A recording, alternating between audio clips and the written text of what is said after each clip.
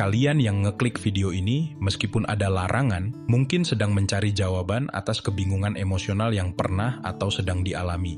Ini adalah cerminan dari kebutuhan kita sebagai manusia untuk memahami sesuatu yang terasa nggak masuk akal, apalagi kalau menyangkut hati. Ini bukan ghosting biasa di awal-awal PDKT yang mungkin kita bisa lebih mudah bilang, ya sudahlah, belum jodoh. Bukan juga cerita tentang seseorang yang dari awal memang nggak menunjukkan ketertarikan. Ini adalah ghosting yang terjadi justru saat api asmara lagi hangat-hangatnya. Saat kita udah mulai ngebayangin masa depan, saat kupu-kupu di perut lagi aktif-aktifnya beterbangan. Ironis kan? Kenapa justru saat perasaan lagi kuat, seseorang, khususnya cewek dalam konteks pembahasan kita kali ini, memilih buat jadi hantu? Fokus kita pada cewek yang melakukan ghosting dalam skenario spesifik ini bukan untuk menggeneralisasi atau menciptakan stereotip. Ghosting bisa dilakukan oleh siapa saja, gender apapun. Namun, dengan memfokuskan lensa kita pada pengalaman ini, kita bisa menggali dinamika psikologis yang mungkin sering dipertanyakan banyak orang dan mencoba memberikan pemahaman yang lebih dalam, melampaui asumsi-asumsi dangkal. Nah, di video kali ini, kita nggak akan cuma bahas alasan-alasan permukaan. Jejak pemikiran akan ngajak kalian menyelam lebih dalam ke labirin psikologi cewek. Kita akan bongkar benteng-benteng tak kasat mata, gema masa lalu, dan perang batin yang mungkin jadi alasan mereka menghilang tanpa pamit, justru di saat hati lagi berbunga-bunga. Siap? Karena ini bakal jadi perjalanan pemikiran yang mungkin sedikit gelap, tapi semoga bisa mencerahkan. Banyak yang kalau ngalamin ini langsung mikir, paling dia bosan, atau pasti udah nemu yang baru. Untuk kasus ghosting di fase awal kenalan atau hubungan yang belum jelas arahnya, mungkin alasan-alasan itu ada benarnya. Tapi kalau kita bicara ghosting yang terjadi saat lagi sayang-sayangnya, saat kedua belah pihak sudah menunjukkan investasi emosi, alasan seperti bosan, atau ada orang ketiga seringkali terasa nggak cukup memuaskan, bahkan mungkin terasa keliru. Kita nggak lagi bahas cewek yang dari awal memang nggak niat serius, yang hanya main-main, atau yang memang punya beberapa target sekaligus. Fokus kita adalah pada situasi di mana sinyal-sinyal ketertarikan, kasih sayang, dan kenyamanan itu terasa nyata, bahkan mungkin timbal balik lalu tiba-tiba, lenyap begitu saja. Justru karena ada investasi emosi yang dirasakan bersama inilah, tindakan menghilang itu menjadi sangat membingungkan dan menyakitkan. Ini bukan sekadar kurangnya minat, tapi sebuah penarikan diri aktif dari sesuatu yang tadinya dirasakan berharga. Pernah dengar istilah panas dingin dalam hubungan? Sebentar dia bisa jadi orang yang paling mesra, paling perhatian, paling nyambung. Besoknya atau beberapa waktu kemudian dia jadi dingin, jaga jarak, menghindar, bahkan hilang kontak. Ini bukan sekadar mood swing biasa, teman-teman.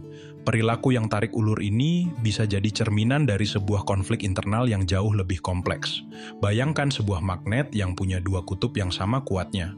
Satu sisi menarik dengan kuat ke arah keintiman dan koneksi, sisi lainnya menolak mentah-mentah karena ada ketakutan atau ketidaknyamanan yang mendasarinya. Kadang, hati manusia, apalagi saat berhadapan dengan perasaan yang besar dan berharga seperti cinta yang tulus, bisa serumit itu. Fase panas adalah manifestasi dari tarikan tulus menuju koneksi, sementara fase dingin atau menghilang adalah dorongan yang dipicu oleh ketakutan terkait keintiman itu sendiri. Korban ghosting jenis ini seringkali terjebak dalam labirin menyalahkan diri sendiri. Apa aku salah ngomong? Apa aku terlalu needy? Apa aku kurang baik? Mungkin aku yang bikin dia nggak nyaman? Pertanyaan-pertanyaan ini terus berputar, mencari penjelasan logis atas sesuatu yang terasa sangat tidak logis. Padahal, seringkali jawabannya nggak ada di kamu. Jawabannya tersembunyi di dalam labirin psikologis si dia yang mungkin lagi perang hebat dengan dirinya sendiri. Sekarang kita masuk ke inti persoalan. Kenapa sih saat hubungan lagi indah-indahnya, ada cewek yang malah memilih menghilang? Salah satu jawaban paling mendasar ada pada konsep ketakutan akan keintiman, fear of intimacy, dan kerentanan, vulnerability. Paradoksnya, semakin dalam perasaan sayang, semakin besar pula potensi untuk terluka. Bagi sebagian orang, keintiman yang mendalam itu seperti membuka brankas hati lebar-lebar, memperlihatkan semua isinya yang paling berharga sekaligus paling rapuh. Ketika hubungan jadi makin serius, alarm internal mereka bisa berbunyi nyaring. Bahaya, terlalu dekat, terlalu rentan. Ini bukan berarti mereka nggak sayang, tapi rasa takutnya bisa jadi lebih dominan dan mengambil alih.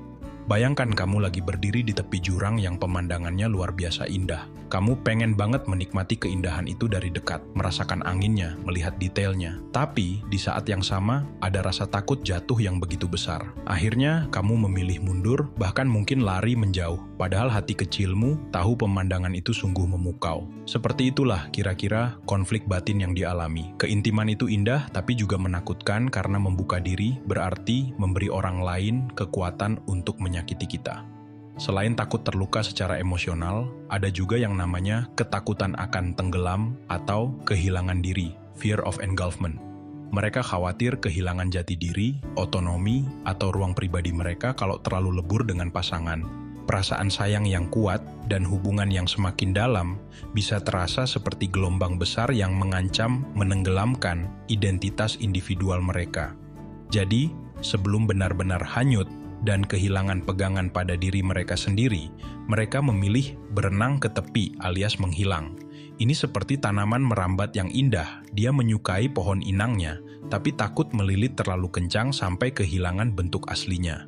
Dia butuh ruang untuk tetap jadi dirinya sendiri, meskipun dia juga mendambakan kebersamaan. Nah, ketakutan-ketakutan ini seringkali sangat dipengaruhi oleh pola kelekatan, attachment styles kita, yang tanpa sadar terbentuk dari pola asuh dan pengalaman kita dengan figur lekat di masa kecil. Ini seperti blueprint atau cetak biru cara kita menjalin hubungan saat dewasa. Ada beberapa pola kelekatan, tapi yang paling relevan dengan fenomena ghosting saat lagi sayang-sayangnya adalah avoidant attachment dan fearful avoidant attachment. Individu dengan avoidant attachment, pola kelekatan menghindar, cenderung merasa nggak nyaman dengan kedekatan emosional yang terlalu intens. Mereka sangat menghargai kemandirian, tapi di sisi lain, sulit untuk percaya dan membuka diri sepenuhnya kepada orang lain. Semakin hubungan jadi intim dan menuntut keterbukaan emosional, semakin mereka merasa gerah, tertekan, dan ingin kabur. Mereka punya serangkaian strategi penonaktifan, deactivating strategies, yang seringkali nggak disadari. Mulai dari menarik diri secara emosional, tiba-tiba fokus pada kesalahan-kesalahan kecil pasangan, meragukan masa depan hubungan, atau bahkan secara mental membandingkan pasangan dengan mantan atau sosok ideal yang ada di khayalan mereka. Semua ini dilakukan untuk menciptakan jarak aman. Lalu ada fearful avoidant attachment, pola kelekatan takut menghindar, atau yang sering juga disebut disorganized attachment. Ini lebih kompleks lagi. Mereka ini seperti berada di persimpangan yang membingungkan. Di satu sisi, mereka sangat mendambakan cinta, penerimaan, dan kedekatan. Tapi di sisi lain, mereka takut setengah mati untuk disakiti, dikecewakan, atau ditinggalkan, seringkali karena pengalaman buruk di masa lalu. Akibatnya, perilaku mereka bisa sangat membingungkan dan kontradiktif. Hari ini mesra dan penuh kasih sayang, besoknya dingin dan menjauh. Tarik ulur menjadi ciri khas mereka. Bayangkan di dalam diri mereka ada dua suara yang terus bertengkar hebat. Suara pertama bilang, "Aku sayang banget sama dia, aku mau dekat, aku butuh dia."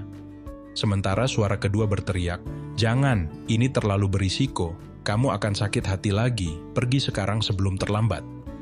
Suara mana yang menang? Seringkali dalam situasi yang memicu, suara ketakutanlah yang lebih lantang dan mengambil alih kendali. Penting untuk dipahami, intensitas perasaan positif, lagi sayang-sayangnya itu justru bisa menjadi pemicu langsung bagi ketakutan-ketakutan ini. Semakin besar perasaan sayang, semakin tinggi pula pertaruhan emosional yang dirasakan. Potensi kehilangan atau tertelan oleh hubungan terasa jauh lebih katastrofik. Jadi, cinta yang menggebu itu, alih-alih menjadi tameng, malah mengaktifkan sistem pertahanan diri mereka yang sudah terprogram. Strategi penonaktifan pada individu avoidant ini bukanlah tindakan jahat yang disengaja, melainkan mekanisme pertahanan yang seringkali berjalan di bawah sadar, bertujuan untuk melindungi diri secara emosional ketika sistem kelekatan mereka menangkap sinyal bahaya dari kedekatan yang berlebihan. Ketakutan akan tenggelam atau kehilangan diri juga sangat erat kaitannya dengan kebutuhan untuk mempertahankan sense of self. Ketika hubungan semakin dalam, batasan antara aku dan kita bisa menjadi kabur. Bagi mereka yang punya ketakutan ini, kekaburan tersebut terasa seperti ancaman eksistensial terhadap identitas mereka, memicu keinginan untuk mundur demi menegaskan kembali individualitas. Selain benteng pertahanan terhadap keintiman, ada lapisan lain yang lebih dalam lagi, gema trauma masa lalu. Luka lama, entah itu dari hubungan romantis sebelumnya yang penuh drama dan pengkhianatan, atau bahkan trauma yang akarnya lebih jauh lagi di masa kecil, seperti pengalaman diabaikan, kehilangan orang terkasih, menyaksikan kekerasan dalam rumah tangga, atau emosi yang tidak pernah didengarkan dan divalidasi, semua ini bisa meninggalkan bekas luka tak terlihat yang sangat memengaruhi cara seseorang merespons cinta dan keintiman di masa kini. Ketika hubungan saat ini mulai terasa terlalu baik untuk jadi kenyataan, atau ada situasi, kata-kata, bahkan sentuhan yang secara nggak sadar mengingatkan mereka pada pengalaman menyakitkan di masa lalu, alarm trauma di dalam diri mereka bisa berbunyi sangat kencang. Ghosting dalam konteks ini menjadi semacam cara instingtif untuk melarikan diri dari potensi bahaya untuk mencegah sejarah buruk terulang kembali. Ironisnya, mereka melarikan diri justru dari hubungan yang mungkin sehat dan pasangan yang tulus, hanya karena gema masa lalu itu terlalu menghantui. Bayangkan seorang prajurit yang baru saja pulang dari medan perang yang mencekam. Meskipun sekarang dia sudah berada di tempat yang aman dan damai, suara letusan kembang api di kejauhan bisa membuatnya refleks mencari perlindungan, karena otaknya masih terprogram untuk waspada terhadap ledakan emosional yang dulu pernah menghancurkannya. Kemudian, ada fenomena yang mungkin terdengar aneh tapi nyata, yaitu sabotase diri, self-sabotage, dan yang lebih spesifik lagi, ketakutan akan kebahagiaan, cheirophobia atau fear of positive effect. Ada orang yang justru merasa tidak nyaman, cemas, bahkan takut ketika mereka merasakan kebahagiaan yang intens. Ini bisa jadi karena mereka punya keyakinan inti, core beliefs, yang negatif tentang diri mereka sendiri.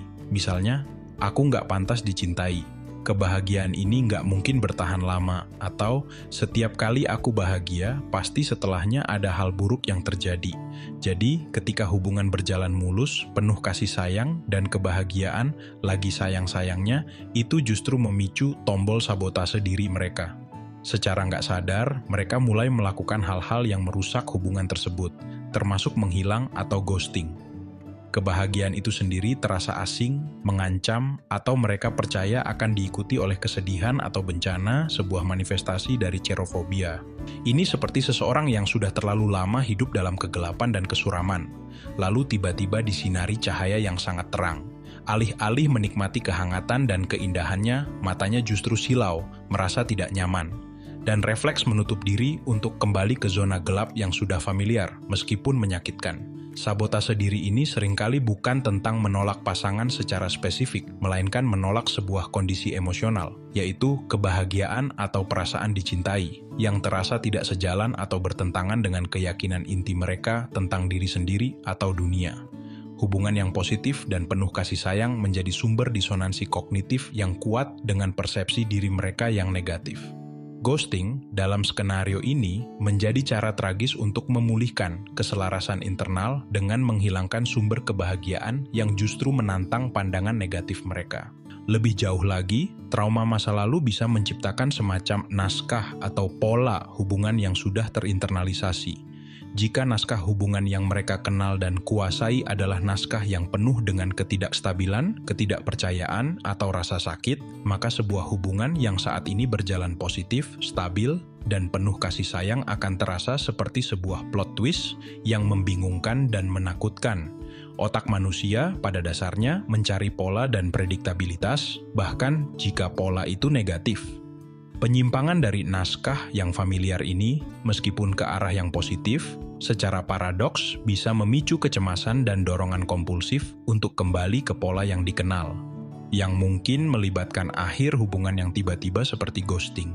Sabotase ini juga bisa menjadi upaya bawah sadar untuk mendapatkan kembali kendali dalam situasi di mana intensitas emosi positif terasa begitu besar hingga membuat mereka merasa kewalahan dan tidak berdaya, terutama jika pengalaman masa lalu mereka melibatkan hilangnya kendali saat berada dalam kondisi rentan. Kita sudah membahas tentang ketakutan akan keintiman dan gema trauma. Sekarang, mari kita bedah lebih lanjut perang batin yang terjadi di dalam diri seseorang yang memilih ghosting saat hubungan sedang intens. Salah satu konsep kunci di sini adalah konflik mendekat menjauh. approach avoidance conflict. Dalam psikologi, ini adalah kondisi di mana satu tujuan atau situasi, dalam kasus ini, hubungan yang intim dan penuh kasih sayang, memiliki sisi positif yang sangat menarik, membuat ingin mendekat atau approach. Sekaligus, sisi negatif yang dirasakan sangat menakutkan, membuat ingin menjauh atau avoidance. Jadi cewek ini mungkin benar-benar memiliki perasaan sayang yang tulus dan keinginan kuat untuk melanjutkan hubungan. Ini sisi approach-nya. Tapi, di saat yang bersamaan, semua ketakutan yang sudah kita bahas tadi, takut akan keintiman, takut tenggelam dalam hubungan, takut kehilangan otonomi, atau terpicunya trauma masa lalu, mendorongnya dengan kuat untuk lari dan menghindar. Ini sisi avoidance-nya. Semakin dia merasa dekat dengan tujuan bahagia bersama, semakin kencang pula tarikan untuk kabur, karena aspek-aspek negatif yang dirasakannya juga semakin nyata. Kemudian, ada faktor banjir emosi, emotional dysregulation and flooding. Kadang-kadang, intensitas perasaan, bahkan perasaan positif seperti cinta yang menggebu-gebu, bisa terasa seperti banjir yang datang tiba-tiba dan membuat seseorang kewalahan. Apalagi jika orang tersebut tidak terbiasa atau tidak memiliki mekanisme coping yang sehat untuk mengelola emosi sekuat itu, sebuah kondisi yang dikenal sebagai emotional dysregulation. Saat banjir emosi ini terjadi, kemampuan berpikir logis dan rasional bisa mati suri untuk sementara. Keputusan impulsif, seperti tiba-tiba memutus semua kontak dan menghilang, ghosting, bisa menjadi jalan pintas termudah yang terpikirkan untuk meredakan badai di dalam diri. Meskipun tindakan ini sangat menyakitkan bagi orang lain dan bahkan merugikan diri sendiri dalam jangka panjang, pada saat itu, yang terpenting bagi mereka adalah menghentikan rasa kewalahan tersebut. Selanjutnya, ada fenomena psikologis yang disebut disonansi kognitif, cognitive dissonance. Ini adalah perasaan tidak nyaman yang muncul ketika tindakan kita, misalnya melakukan ghosting terhadap orang yang sebenarnya kita sayang, sangat bertentangan dengan perasaan, nilai, atau keyakinan kita. Misalnya, aku sayang sama dia, aku adalah orang yang baik dan tidak suka menyakiti orang lain. Ghosting itu perbuatan yang salah. Untuk mengurangi rasa tidak nyaman akibat disonansi ini, otak kita secara tidak sadar bisa melakukan berbagai trik, seperti memutarbalikkan fakta, mencari-cari pembenaran, atau merasionalisasi tindakan. Misalnya, si cewek mungkin mulai meyakinkan dirinya sendiri, mungkin dia nggak sesayang itu kok sama aku, atau sebenarnya hubungan ini nggak akan berhasil juga nantinya, jadi lebih baik aku pergi sekarang sebelum makin rumit dan makin sakit hati, atau bahkan yang paling klasik, aku melakukan ini demi kebaikan dia juga, meskipun kenyataannya tidak selalu demikian. Rasionalisasi ini bukan hanya untuk membenarkan tindakan ghosting, tapi juga untuk mengelola rasa sakit internal akibat kontradiksi antara perasaan sayang dan tindakan menyakiti. Terakhir, pertanyaan yang selalu menghantui. Kenapa nggak ngomong baik-baik? Kenapa harus ngilang? Ini adalah manifestasi dari bungkamnya komunikasi, the silence instead of words. Bagi sebagian orang, menghadapi konfrontasi langsung, mencoba mengungkapkan perasaan yang rumit dan campur aduk, atau membayangkan potensi menyakiti perasaan orang yang mereka sayang itu, rasanya jauh lebih menakutkan dan memberatkan daripada dihantui rasa bersalah karena telah melakukan ghosting. Mereka mungkin merasa nggak punya kata-kata yang tepat untuk menjelaskan apa yang mereka rasakan atau putuskan. Mereka mungkin juga sangat takut akan reaksimu, takut melihatmu sedih, marah, atau kecewa. Atau bisa jadi mereka memang memiliki kesulitan yang mendasar dalam hal komunikasi emosional dan resolusi konflik, sebuah keterampilan yang mungkin tidak pernah mereka pelajari atau kuasai dengan baik. Bagi mereka, diam dan menghilang terasa seperti pilihan yang paling aman untuk diri mereka sendiri pada saat itu, meskipun secara objektif itu adalah pilihan yang paling merusak bagi hubungan dan pihak lain. Nah, ini dia bagian yang seringkali bikin makin pusing tujuh keliling. Setelah kita susah payah mencoba move on, merangkai kembali kepingan hati yang berserakan, tiba-tiba si hantu dari masa lalu ini nongol lagi. Pesan singkat macam, "Hai, apa kabar?" Atau notifikasi like di postingan lama kita tiba-tiba muncul, bikin kita yang udah berusaha menata hidup jadi bertanya-tanya, ini maksudnya apa lagi? Fenomena ini sering disebut zombieing atau submarining, muncul kembali setelah menghilang tanpa jejak. Kenapa sih mereka balik? Ada beberapa motivasi psikologis yang mungkin mendorong seorang ghoster untuk kembali menghubungi. Pertama, penyesalan dan rasa bersalah, regret and guilt. Waktu adalah penyembuh. tapi kadang juga penimbul penyesalan. Seiring berjalannya waktu, mereka mungkin benar-benar merenungkan tindakan mereka dan menyadari bahwa cara mereka mengakhiri hubungan itu salah dan menyakitkan. Rasa bersalah mulai menggerogoti dan mereka kembali dengan niat tulus untuk meminta maaf, mencari penutupan, atau bahkan mencoba memperbaiki keadaan. Kedua, kesepian atau kebutuhan akan koneksi, loneliness or need for connection.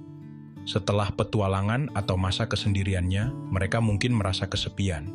Rasa sepi ini bisa memicu ingatan akan kehangatan, kenyamanan, atau koneksi emosional yang pernah mereka rasakan bersamamu. Mereka kembali bukan karena tiba-tiba cinta lagi, tapi lebih karena butuh teman atau pengisi kekosongan. Ketiga, perubahan perspektif tentang komitmen, changed perspective on commitment. Ini mungkin salah satu alasan yang paling diharapkan oleh mereka yang di-ghosting. Mungkin dulu mereka lari karena takut komitmen. Tapi seiring waktu, pengalaman hidup, atau mungkin kedewasaan yang bertambah, mereka merasa lebih siap untuk menjalin hubungan yang serius. Dan kamu adalah sosok yang mereka sadari telah terlewatkan atau mereka sia-siakan. Namun kita juga harus realistis. Nggak semua kembalinya ghoster itu didasari niat yang tulus.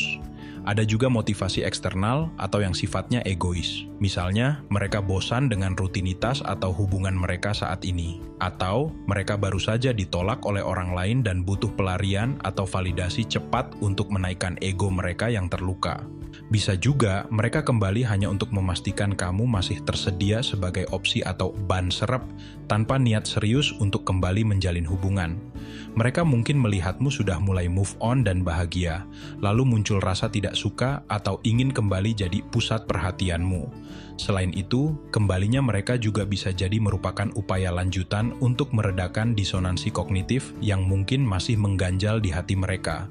Dengan mencoba memperbaiki hubungan, mendapatkan pengampunan darimu, atau setidaknya mendapat respons positif, mereka berusaha menyelaraskan tindakan ghosting mereka di masa lalu dengan citra diri mereka yang ingin mereka lihat sebagai orang baik.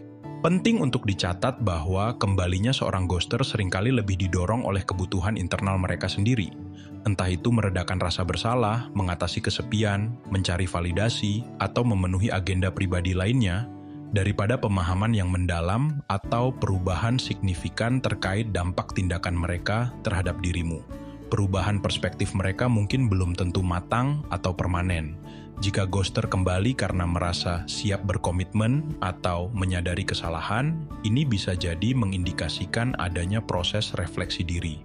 Namun, tanpa bukti perubahan perilaku yang konsisten dan nyata, kembalinya mereka tetap membawa risiko tinggi untuk mengulang pola lama, terutama jika akar masalah psikologis yang memicu ghosting, seperti takut akan keintiman atau pola kelekatan menghindar, belum benar-benar teratasi. Fenomena seperti orbiting atau haunting, di mana ghoster hanya memantau media sosialmu atau memberi like pasif tanpa interaksi berarti, bisa jadi merupakan bentuk main aman. Ini adalah cara mereka menjaga pintu sedikit terbuka atau mempertahankanmu sebagai opsi, tanpa harus benar-benar menghadapi tuntutan keintiman yang mereka takuti. Jadi, bagaimana menyikapinya? Apapun alasan mereka kembali, keputusan ada sepenuhnya di tanganmu. Luangkan waktu untuk berpikir jernih. Apakah energimu, hatimu, dan kedamaian batinmu layak untuk kembali dipertaruhkan dalam episode yang mungkin akan sama menyakitkannya? Utamakan dirimu dan apa yang benar-benar kamu butuhkan.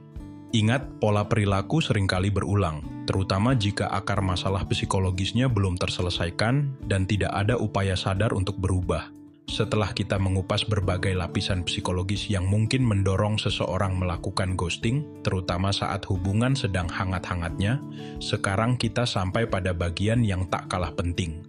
Bagaimana kita, sebagai pihak yang mungkin pernah atau sedang mengalami ini, bisa menemukan kedamaian? Pertama dan utama, penting untuk kita garis bawahi. Memahami bukan berarti membenarkan. Tujuan kita membahas semua alasan psikologis yang rumit ini bukanlah untuk mencari pembenaran atau alasan bagi tindakan ghosting. Ghosting itu menyakitkan, titik. Dampaknya bisa sangat merusak, membuat kita bingung, merasa tidak berharga, insecure, meragukan diri sendiri, bahkan bisa meninggalkan jejak trauma yang memengaruhi cara kita memandang hubungan di masa depan. Tujuan jejak pemikiran di sini adalah untuk memberikanmu kacamata psikologi, agar kamu bisa melihat situasi yang membingungkan ini dengan perspektif yang lebih jernih dan luas, bukan untuk mencari-cari alasan bagi perilaku yang pada dasarnya tidak bertanggung jawab. Kedua, sadarilah bahwa ghosting lebih mencerminkan masalah internal pelaku, bukan kekuranganmu. Seringkali, keputusan untuk menghilang secara tiba-tiba, apalagi saat perasaan sedang kuat, jauh lebih banyak bercerita tentang perang batin, ketakutan-ketakutan yang tidak teratasi, keterbatasan dalam mengelola emosi, atau bagasi emosional masa lalu yang dibawa oleh si pelaku, daripada tentang kurangnya dirimu sebagai pribadi atau sebagai pasangan. Kamu tidak salah jika kamu tulus dalam menyayangi. Kamu tidak kurang berharga jika kamu berani membuka hati dan menjadi rentan. Perilaku mereka yang menghilang itu adalah cerminan dari isi ransel emosional yang mereka pikul, bukan cerminan nilaimu. Pemahaman mendalam tentang psikologi si ghoster ini, entah itu ketakutan akan keintiman, pola kelekatan menghindar, atau trauma, bisa menjadi alat pemberdayaan bagimu. Ini membantumu untuk tidak mempersonalisasi pengalaman menyakitkan tersebut dan memutus siklus menyalahkan diri sendiri yang seringkali menjebak. Ini membawa kita ke poin ketiga, melepaskan diri dari menyalahkan diri sendiri, self-blame. Hentikan siklus pertanyaan, apa salahku, yang terus berputar di kepala. Introspeksi diri memang baik dan perlu, tapi menyalahkan diri sendiri secara berlebihan itu sangat destruktif dan tidak adil bagimu. Kamu tidak bisa mengontrol reaksi emosional, ketakutan, atau keputusan orang lain, sehebat apapun usahamu. Keempat, menemukan penutupan sendiri, finding your own closure. Salah satu aspek paling menyakitkan dari ghosting adalah hilangnya kesempatan untuk mendapatkan penjelasan, untuk bertanya, untuk memahami, atau untuk mendapatkan penutupan, closure, dari si dia. Rasanya seperti sebuah cerita yang tamat di tengah kalimat, tapi kamu tidak harus selamanya terjebak dalam ketidakpastian itu. Kamu bisa menciptakan penutupan versimu sendiri. Dengan memahami berbagai kemungkinan dinamika psikologis yang terjadi pada si ghoster, kamu bisa mulai merasionalisasi situasi tersebut dengan cara yang lebih sehat, melepaskan ekspektasi akan penjelasan dari mereka, dan mulai mengambil langkah untuk melanjutkan hidupmu. Terakhir, dan ini sangat krusial, adalah pentingnya welas asih pada diri sendiri, self-compassion, dan menjalani proses penyembuhan. Izinkan dirimu untuk merasakan semua emosi yang muncul, sedih, marah, kecewa, bingung. Semua perasaan itu valid dan manusiawi. Jangan menekan atau menyangkalnya. Tapi setelah kamu mengakui dan merasakan emosi itu, rawatlah dirimu dengan penuh kasih. Lakukan hal-hal yang kamu sukai, yang membuatmu merasa damai dan berharga. Kelilingi dirimu dengan orang-orang yang suportif, yang mau mendengarkan tanpa menghakimi. Proses penyembuhan dari luka akibat ghosting, apalagi yang terjadi saat lagi sayang-sayangnya, memang butuh waktu dan kesabaran. Pengalaman di ghosting ini, meskipun menyakitkan, bisa menjadi data berharga. Ini bukan tentang melupakan, tapi tentang mengintegrasikan pengalaman tersebut sebagai pelajaran untuk lebih jeli, mengenali pola-pola hubungan yang mungkin tidak sehat, membangun batasan diri, boundaries yang lebih kuat, dan lebih bijak dalam memilih kepada siapa kamu akan memberikan hatimu di masa depan. Ghosting saat lagi sayang-sayangnya bisa meninggalkan luka yang lebih dalam, karena ia menghancurkan rasa aman dan kepercayaan yang baru saja mulai tumbuh subur. Ini bisa membuatmu lebih waspada atau bahkan sedikit sinis terhadap hubungan di masa depan. Mengatasi ini membutuhkan usaha sadar untuk tidak menggeneralisasi pengalaman buruk ini ke semua orang atau semua hubungan. Jadi, teman-teman jejak pemikiran, menghilang saat lagi sayang-sayangnya itu ternyata bukan fenomena yang sederhana dan bisa dijelaskan dengan satu alasan tunggal. Ada lapisan-lapisan psikologis yang begitu rumit dan seringkali tersembunyi di baliknya. Mulai dari ketakutan akan keintiman dan kerentanan, ketakutan akan tenggelam atau kehilangan diri dalam hubungan, gema trauma masa lalu yang belum terselesaikan, mekanisme sabotase diri yang tak disadari, hingga perang batin berupa konflik mendekat menjauh, banjir emosi yang tak terkendali, disonansi kognitif, dan akhirnya kebuntuan komunikasi yang berujung pada tindakan menghilang. Pembahasan kita kali ini bukan untuk mencari pembenaran bagi mereka yang melakukan ghosting, karena dampak perihnya tetap nyata bagi yang ditinggalkan. Namun, tujuan kita adalah untuk membuka mata kita semua bahwa perilaku manusia itu seringkali seperti puncak gunung es. Apa yang terlihat di permukaan hanyalah sebagian kecil dari apa yang sebenarnya terjadi di kedalaman jiwa mereka. Dengan memahami kompleksitas ini, kita bisa belajar banyak. Bagi kalian yang pernah menjadi korban dari fenomena menyakitkan ini, semoga pemahaman yang kita gali bersama hari ini bisa menjadi setitik cahaya di tengah kabut kebingungan dan rasa sakit hati. Luka yang kalian rasakan itu nyata dan valid.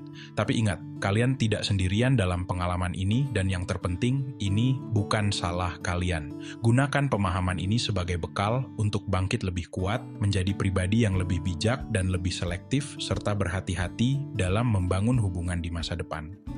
Proses pemulihan adalah perjalanan, dan setiap langkah kecil menuju pemahaman diri adalah kemajuan. Dan bagi kita semua, tanpa terkecuali, semoga diskusi mendalam ini menjadi pengingat betapa pentingnya untuk terus belajar tentang diri sendiri, berani menghadapi dan menyembuhkan luka-luka batin kita masing-masing, serta berusaha untuk selalu berkomunikasi dengan lebih jujur, terbuka, dan penuh kasih dalam setiap interaksi dan hubungan yang kita jalani. Karena pada akhirnya, kualitas hubungan kita dengan orang lain sangat dipengaruhi oleh kualitas hubungan kita dengan diri sendiri. Nah, sekarang giliran kalian, bro. Pernah punya pengalaman di ghosting pas lagi sayang-sayangnya? Atau mungkin ada perspektif lain, pemikiran, atau bahkan pertanyaan yang ingin kalian bagikan setelah menyimak pembahasan kita kali ini? Tulis pengalaman dan pemikiran kalian di kolom komentar di bawah ya. Ingat, channel Jejak Pemikiran ini adalah ruang aman kita bersama untuk berdiskusi, saling belajar, berbagi perspektif, dan yang terpenting, saling menguatkan. Kalau video ini dirasa bermanfaat dan membantu kalian memahami sesuatu yang mungkin selama ini jadi misteri atau pertanyaan besar di benak kalian, jangan ragu untuk klik tombol like. Dan kalau kalian merasa ada teman, sahabat, atau siapapun yang kalian kenal yang mungkin juga butuh pencerahan dari topik ini, jangan sungkan untuk share video ini ke mereka. Dan yang paling penting, biar kita bisa terus bersama-sama menelusuri jejak-jejak pemikiran lainnya seputar psikologi hubungan, dinamika emosi, dan pengembangan diri yang lebih mendalam lagi, pastikan kalian sudah subscribe channel Jejak Pemikiran, dan jangan lupa nyalakan lonceng notifikasinya agar nggak ketinggalan video-video terbaru dari kami. Terima kasih sudah menemani perjalanan pemikiran kali ini. Sampai jumpa di video berikutnya. Tetaplah berpikir, tetaplah merasa, dan yang pasti tetaplah bertumbuh.